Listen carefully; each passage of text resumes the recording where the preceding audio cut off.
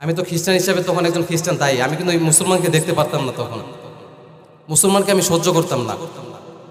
আমার মূল টার্গেট ছিল ইসলাম কিভাবে নিধন করব।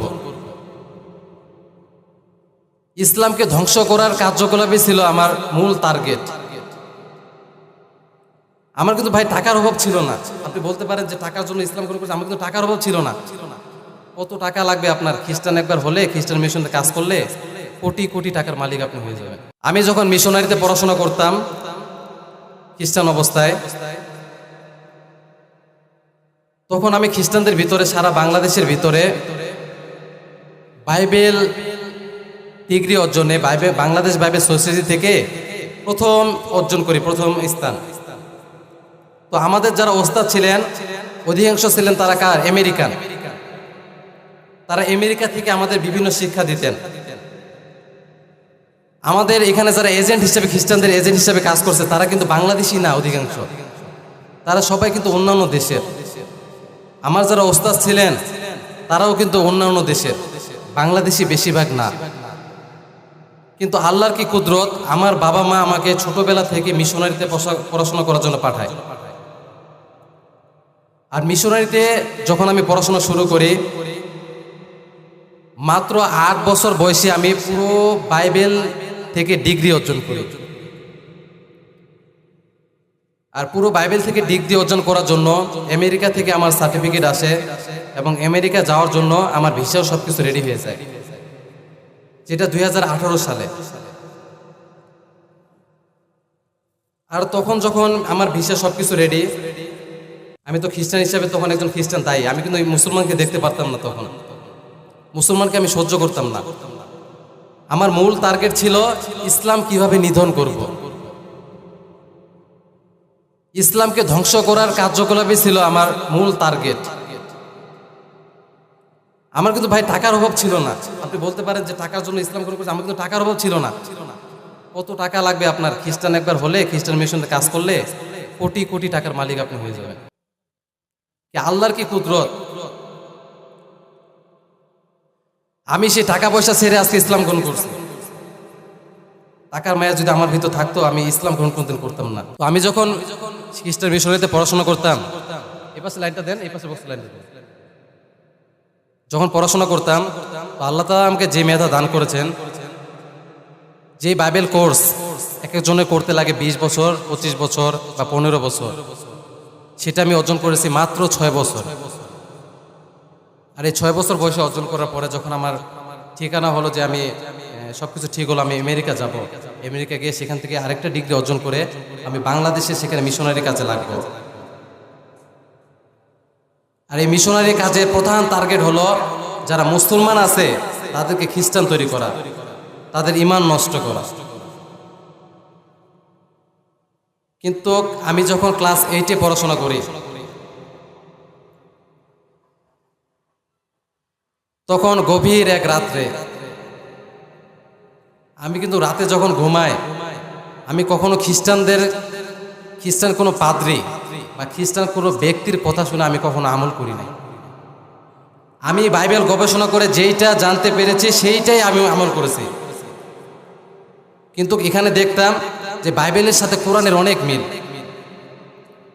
যে মিশনারিতে আমি পড়াশোনা করতাম সেখানে কিন্তু কোনো মুসলমান কেউ বা মুসলমান কোনো কিতাব সেখানে ঢুকতে পারতো না। তো আমি কিভাবে জানবো সেখানে ইসলাম ধর্ম সত্য? আমি কিভাবে বুঝবো যে ধর্ম একটা ইসলাম? হঠাৎ একদিন রাত্রে যখন আমি পাক পবিত্র অবস্থায়, মানে নিজেকে পবিত্র করে পাক করে যখন আমি ঘুমালাম, আমার রাত্রে একটা অভ্যাস ছিল, তখন তো আমি ঈশ্বর মানতাম, ঈশ্বরের কাছে আমি দোয়া করতাম যে হে ঈশ্বর, আপনি সবসময় আমাকে সত্যের পথে চালান, যেটা সঠিক পথ, সঠিক ধর্ম, সেখানে আপনি নিয়ে যান। আমি যদি জীবনে কোনো ভুল করি, আমাকে সঠিক পথে আপনি নিয়ে যাবেন। আর আমি বিছানা যেখানে পা দিতাম, পশ্চিম দিকে পা দিয়ে ঘুমাতাম। তখন তো আর পশ্চিম দিকে, আমি মক্কা এটা বুঝতাম না। মক্কার গুরুত্ব তো আমার কাছে ছিল না, কিন্তু আমার একটা অভ্যাস ছিল, আমি ঘুমানোর আগে পশ্চিম দিকে সেজদা, কমপক্ষে 5 মিনিট সেজদা দিয়ে থাকতাম। তারপর আমি পিছনে, আমি পূর্ব দিকে মাথা দিয়ে ঘুমাইতাম। কিন্তু আমি সেজদাটা কেন দিতাম? খ্রিস্টান ধর্মে কিন্তু সেজদা নাই, কিন্তু আমার কেন মন যেন চাইতো আমার মালিককে আমি একটা সেজদা দিই।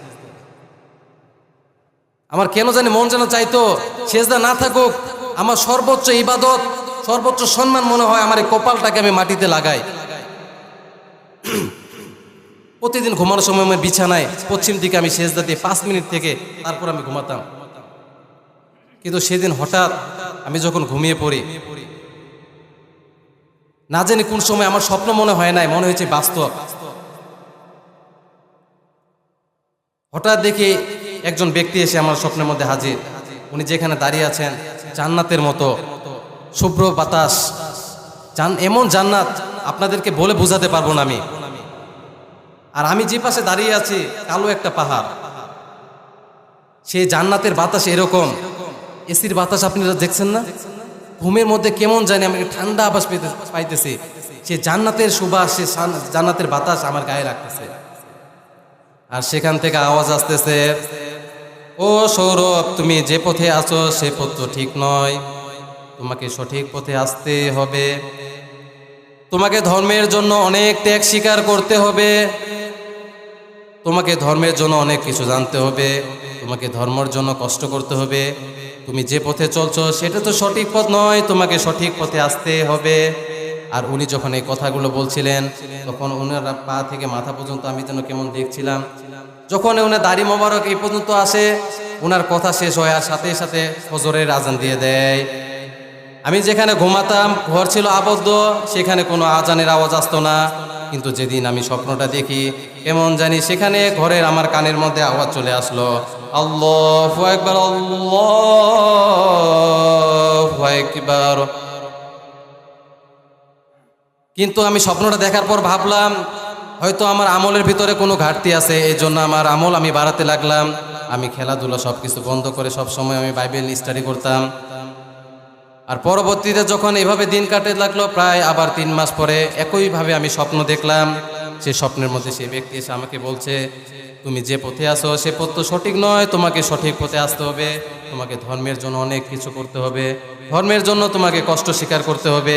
আমি আবার ভাবলাম আমি যে কাজ করছি আমার তো কোনো কাজে ভুল দেখছি না, আমি তো কোনো গুনার কাজ করতেছি না, তাহলে কেন এই ব্যক্তি আমাকে এসে বারবার বলতেছে।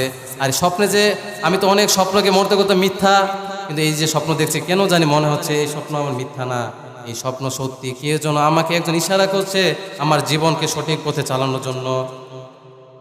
তখন আমি অনেক চিন্তা করলাম, চিন্তা করে যখন দেখলাম যে আমি যা করছি ঠিকই করতেছি, ভুল কোনো কিছু না।